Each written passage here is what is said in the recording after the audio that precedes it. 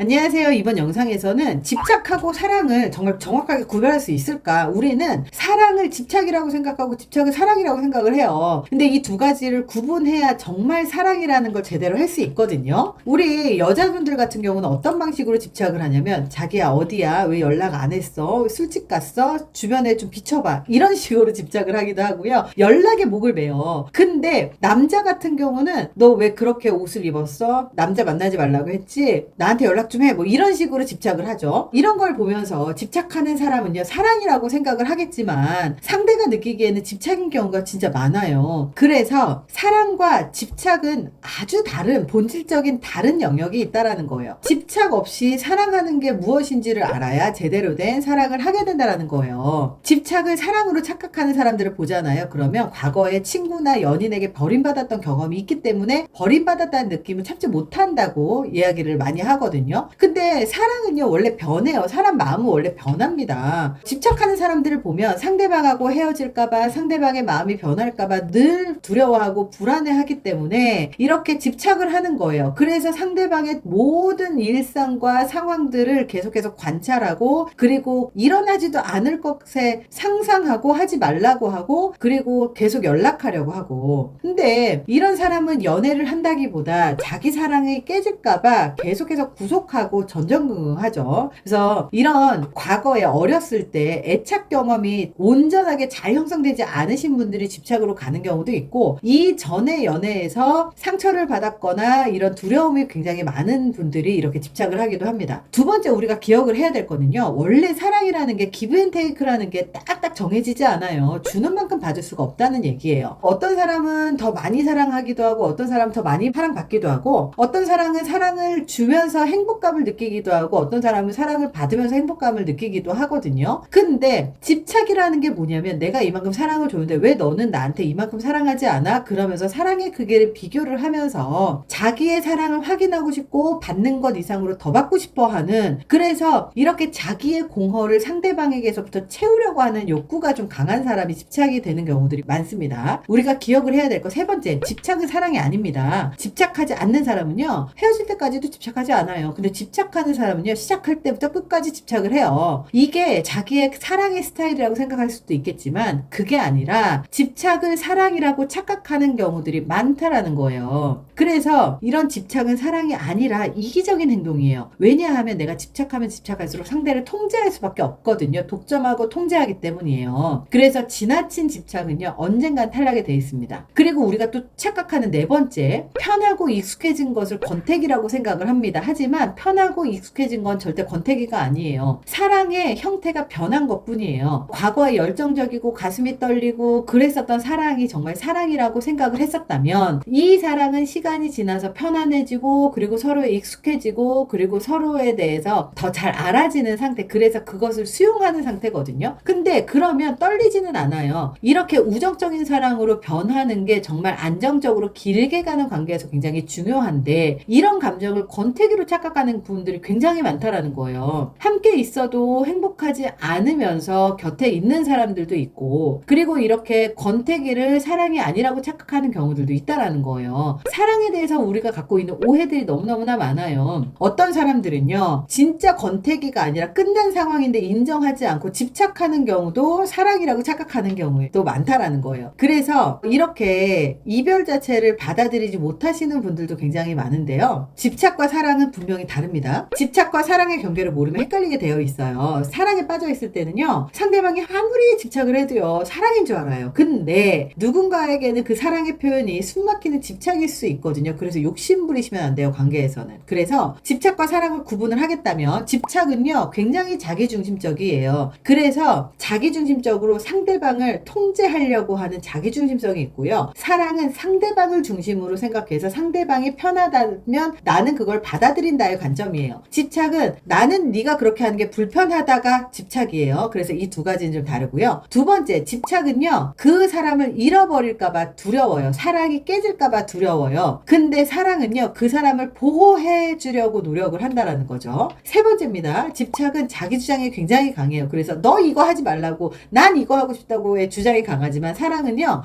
너의 생각은 어때? 나의 생각은 이래. 그러면서 서로 잘 들어주면서 의논을 하죠. 네 번째, 집착은요, 관계를 통제하려고 합니다. 그래서 너 이거 하지 마, 너 저거 하지 마가 있지만 사랑은요, 상대방의 자유를 존중합니다. 아, 네가 이렇게 하고 싶구나. 오늘 술을 마시고 늦게 들어갈 계획이구나. 알았어, 나는 먼저 잘게. 이런 것들이에요. 네가 오늘은 바빠서 연락을 못했구나. 알았어, 나는 네가 바쁜 시간엔 내가 알아서 이런 시간을 보낼게. 이런 거죠. 다섯 번째입니다. 집착은요, 비교하고 시기 질투하고 경쟁이 굉장히 심해요. 근데 사랑은요, 비교하지 않아요. 아니, 저 남자친구의 여자친구는 이렇게까지 해줬는데 넌 왜 나한테 그렇게 못해줘? 나는 너한테 이렇게까지 해줬는데 왜 너는 나한테 이렇게 못해줘? 이런 것들 있죠. 자, 여섯 번째입니다. 집착은요, 일방적이에요. 그래서 한 명이 한 명을 지속적으로 관찰하고 통제하고 이렇게 해달라고 구걸하죠. 근데 사랑은요, 서로 쌍방이에요. 그래서 사랑한다라고 하는 건 한 명이 한 명한테만 주는 게 아니라는 거죠. 일곱 번째, 집착은요, 자기 힘든 것만 생각하지만 사랑은 상대가 힘든 것을 먼저 생각합니다. 너 이렇게 해서 나 너무 힘들어가 아니라 네가 힘들까봐 나는 이렇게 하고 싶지 않아라고 생각을 하는 게 사랑인 거죠. 여덟 번째입니다. 집착은요, 조건이 있지만 사랑은 조건이 없어요. 그래서 집착한다라는 건 나 이만큼 줬으니까 너 이만큼 줘라고 해서 조건이 형성이 되어 있습니다. 근데 사랑은요, 그냥 조건이 없어요. 상대방을 있는 그대로 받아들인다는 거죠. 아홉 번째입니다. 집착은요, 불안하고 불행하죠. 근데 사랑은요, 자신감이 넘쳐요. 열 번째, 집착은요, 단기적으로 보상을 바래요. 나 이렇게 했으니까 너 나한테 이렇게 해줘. 이 조건들이 계속 나타나죠. 근데 사랑은요, 이런 조건이 아니라 그냥 지켜주고 기다려주는 것들이죠. 그래서 이렇게 집착과 사랑은요, 구분이 되어져야 되는데, 집착하고 사랑이라는 게 이 규칙들이 여러 가지가 바뀌었지만, 사랑이라고 하는 건 상대방을 중심으로 생각을 하는 거예요. 그래서 상대방의 라이프 스타일이라든지 상대방의 생각, 상대방의 상황을 존중해주는 것이 우선이고, 집착이라는 건 상대방의 상황하고 상관없이 내가 불안하니까 이렇게 해줘. 그러면서 협의라든지 협상이라든지 이렇게 서로 조율할 수 있는 게 없는 경우들이 많아요. 그래서 혹시라도 너무 상대방이 이기적으로 군다, 그러면 그건 사랑이 아닙니다. 이렇게 집착과 사랑을 구분하게 되면 정말 내가 상대방을 사랑하는 방법도 배울 수 있고요. 상대방도 나를 사랑하는 건지 그 본질을 알 수가 있다는 거예요. 이번 영상이 도움이 되셨길 바랍니다. 감사합니다.